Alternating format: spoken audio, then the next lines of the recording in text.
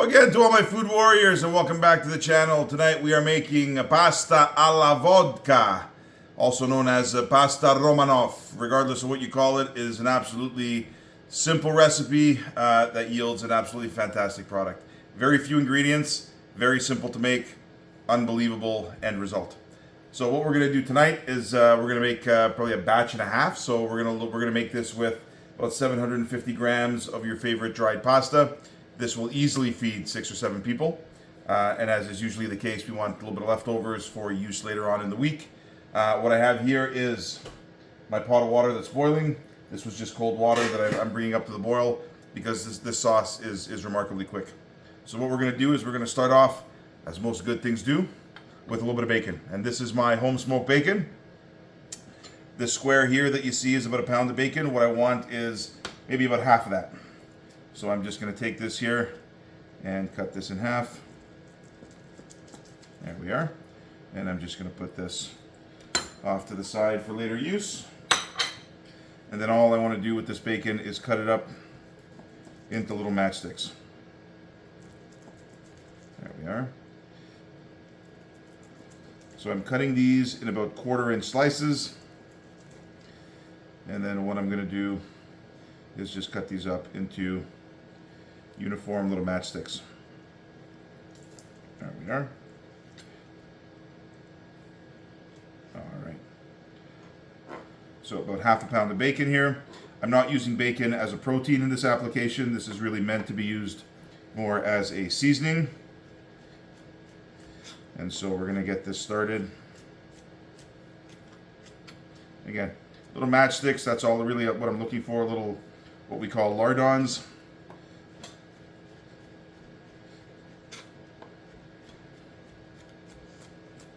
There we are. Now you can use a little bit of pancetta for this, a little bit of guanciale, a little bit of coppa. You can omit the meat altogether, although I think using bacon in this application provides a nice bit of smokiness, a nice bit of savoriness, and I think it adds a dimension to the dish that you will notice if it's not there. And so all I'm going to do is I'm just going to put this into my skillet. There we are. This off to the side.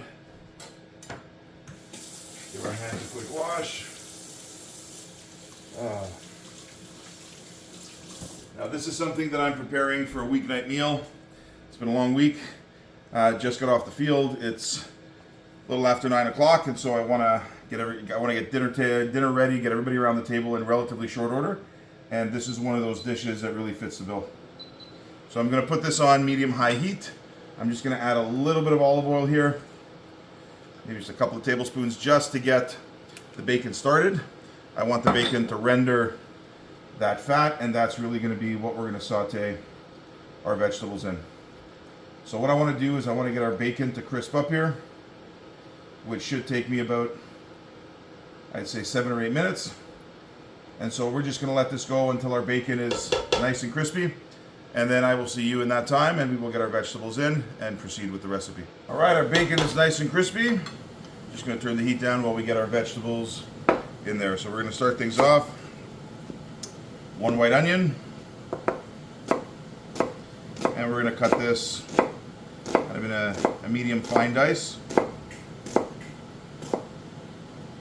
There we are.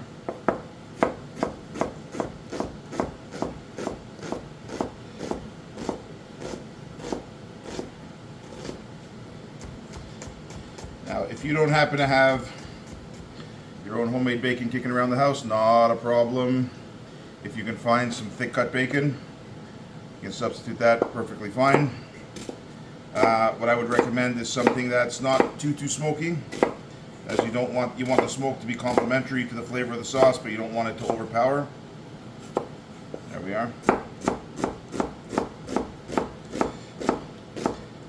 And the other veg we're going to add to this, as usual, we have a couple of cloves of garlic, and we have a couple of chili peppers. Now, I'm not too concerned about the heat of the chili peppers because we are going to add a little bit of cream to this, and it is going to mute some of the heat that's in the pepper, and so we're just going to keep all of the seeds in there, as we usually do.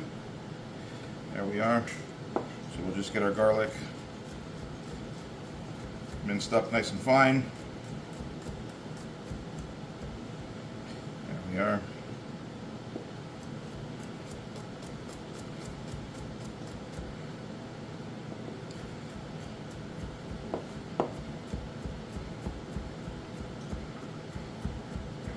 All right. And then we've got our chili peppers as well. Now our water is just about coming up to the boil, and so we're going to throw our noodles in momentarily. There we are.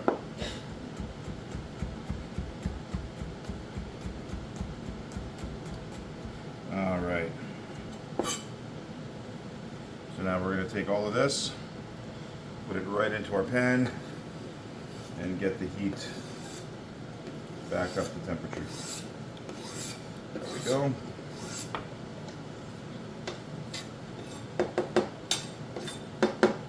All right, so we will get the heat back up. We're going to give this a little bit of salt and pepper, not too much salt because there is a little bit of salt in our bacon, and so we want to be mindful of that as we're seasoning. And a little bit of freshly cracked black pepper. There we are. So we'll just spread this out and get this going. And we will give this probably 2 or 3 minutes until our vegetables are fully translucent. So I will see you in about 2 minutes. A couple of minutes, our onions have started to soften beautifully. We're just going to get our water salted before we throw in our pasta. So we've got some rapidly boiling water. We're going to get a few good pinches of salt in here. There we are. And now we're going to add our pasta. So this is 750 grams. It's a pack and a half. These are rigatoni, good quality pasta, good quality organic pasta. I'm going to throw this in, and I'm going to start my timer. Now this is going to cook for about 14 minutes before I take this out and add it to our sauce. Our sauce will be done well in that time. So I'm just going to get this into my water.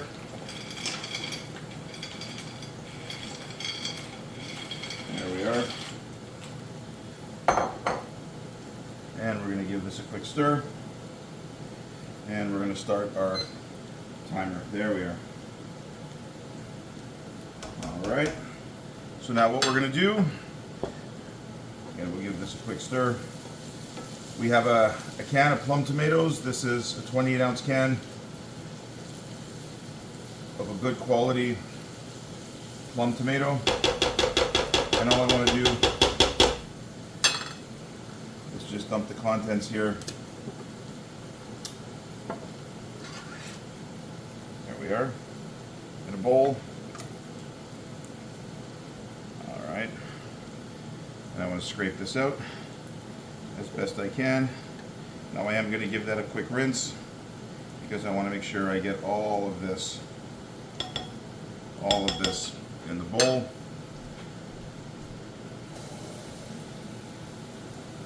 There we are. So we're just going to add a tiny bit of water. That water, as the sauce cooks, will evaporate and our sauce will thicken beautifully. There we are. So we'll just add this right to our bowl. There. Now what I'm going to do is I'm going to get in there with a clean hand and I'm just going to break up these tomatoes. Don't be too aggressive with this. You get in there trying to go to town and these things are going to splash right back at you. So we want to make sure that we're just breaking them up. And this is really what gives this kind of dish an authentic, old school homemade feel.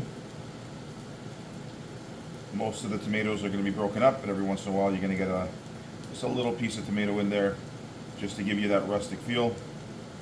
And I think that's really what creates that feeling of home-cooked, proper old school Italian cooking. There we are. So our tomatoes are pretty well uniformly broken up. And now what I'm going to do is I'm going to take this and I'm just going to add it directly, there we are, to my pan. Want to make sure we scrape this down. We don't want to waste any of this. There we are. There we are. So we will give this a quick stir. We will let this come up to the simmer, and we will let this simmer for about 7 or 8 minutes before we finish this up. So I will see you in about 7 or 8 minutes.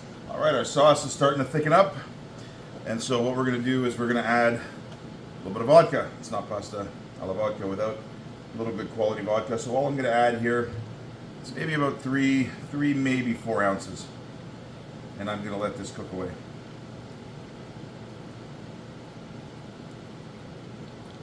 There we are. You know what? That's about 4 ounces. Now we will let this cook away. Now it's important to understand that alcohol has a lower boiling point than water, and so this is a pan that's pretty hot.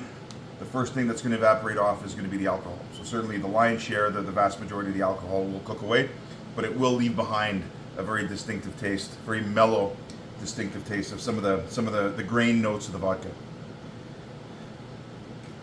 And then what we're going to add here as well. Oh, you can actually smell some of that alcohol cooking off. What I'm going to add here as well is a little bit of 35% cream.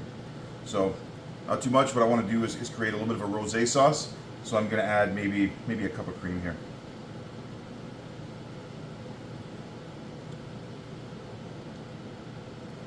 And there we are. That should do it. And remember, this is going to easily feed 6 hungry people. So I'm going to stir this around. I'm just going to get everything incorporated. And then I'm going to let this cook alongside my noodles. Now the last thing I'm going to add to this, just to finish it off, in addition to just a little bit of seasoning, some salt and pepper, I'm going to taste that at the end before I add my noodles. But I do want to add a little bit of herbage here. So I have a little bit of fresh basil here on the counter, so I'm going to add some of that. If I didn't have fresh basil, a little bit of fresh parsley would be fine as well.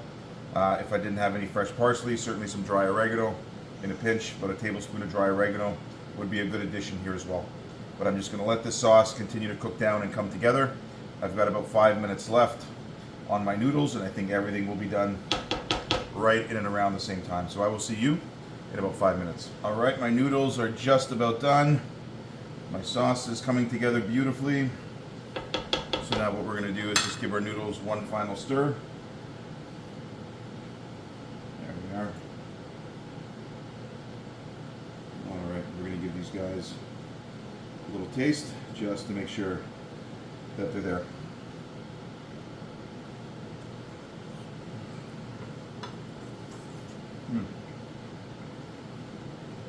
Almost 30 more seconds. So what I'm going to do is just cut up a bunch of fresh basil here, some nice thin ribbons, and we are going to add this to our sauce right at the end, just to maintain that freshness and to just lift that sauce up. There we are. So it's just a very, very fine slice. And we will run our knife through this as well. There we are. Oh, just the perfume of that. Oh. We will add this right into our sauce just to finish. And our noodles should be beautifully al dente. There we are.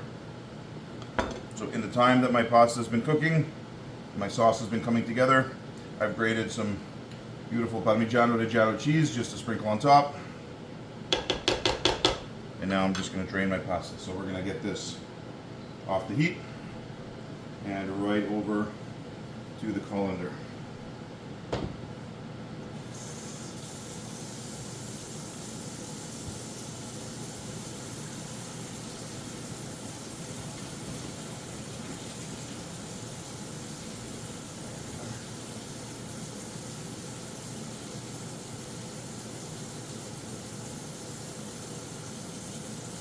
There we are. All right. We will let that drain, And we will just taste our sauce for seasoning.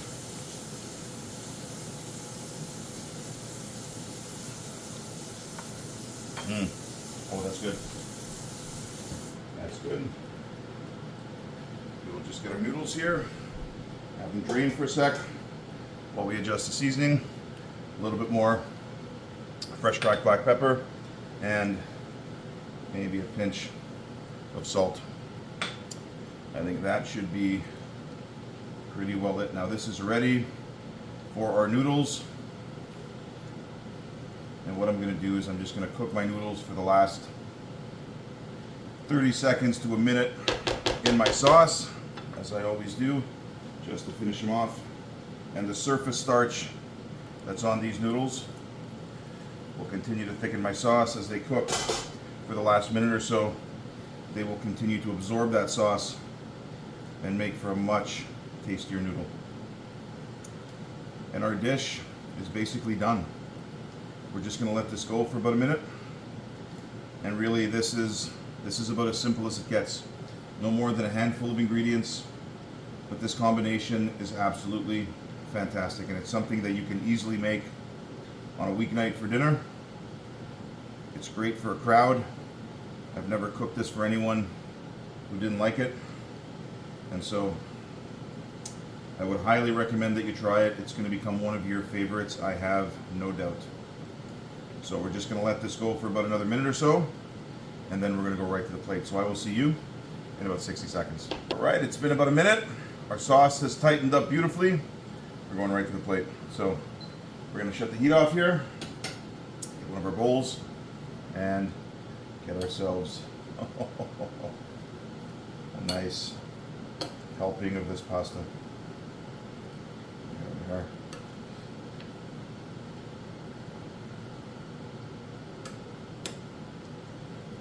Love this stuff. There we are. Get a little extra sauce just for the top. And now, as we always do, beautiful sprinkling of freshly grated Parmigiano cheese. We're just going to let it snow. There we are. Love that.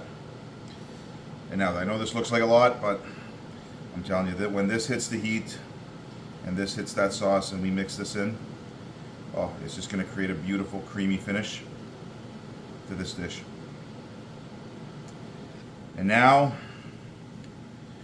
we taste.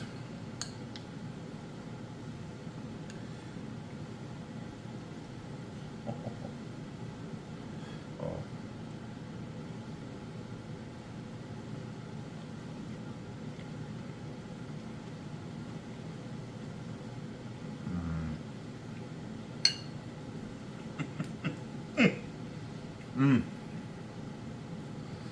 The sweetness from the tomatoes and the onions, a little bit of the chili, freshness from the basil, and that beautiful smoky undertone from the bacon. It's beautifully balanced. You get a very, very light hum and an overtone of that vodka, but the alcohol is pretty well evaporated away. But really what you're left with is a beautiful grain note that just fantastic. You really have to try it in order to experience it. This will become a fan favorite at your house, I have no doubt, and certainly I'm sure will become part of the regular repertoire of pasta dishes that you cook quite regularly. Do like and subscribe to the channel. Do share the content if you find it at all useful. It is meant to be shared, and this is Coach Joe saying I will see you on the next one.